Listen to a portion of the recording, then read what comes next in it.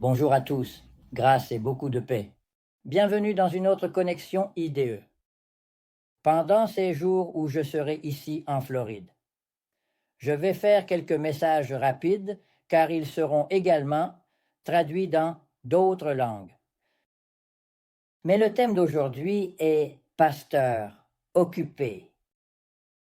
Et je voudrais attirer votre précieuse attention sur une scène où un loup, un vrai loup, un animal, parvient à distraire le berger avec d'autres occupations afin de dévorer ses brebis, d'affecter le troupeau.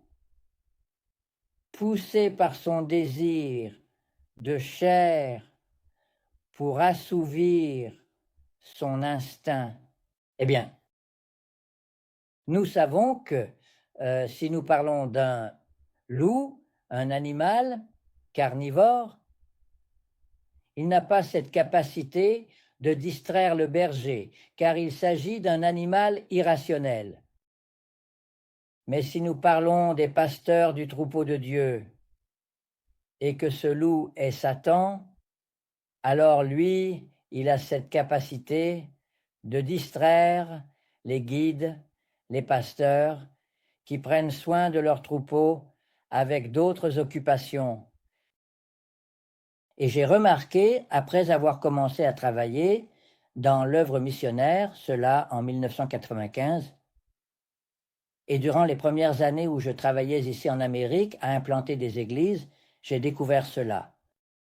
J'ai découvert ceci. Regardez, il y a un double vol, car les pasteurs qui sont partis en mission ne peuvent pas agir comme l'exige la parole de Dieu, c'est-à-dire se consacrer à l'évangélisation, aux soins du troupeau, à l'enseignement doctrinal, à l'évangélisation, au discipulat, parce que ce missionnaire n'a pas de plateforme de soutien, pas d'arrière-garde pour l'appuyer, et il va devoir travailler dans des métiers professionnels, que ce soit comme mécanicien, comme opérateur de machine, sur un chantier, dans une usine, et son temps sera absorbé par ces choses et il ne pourra pas accomplir la mission.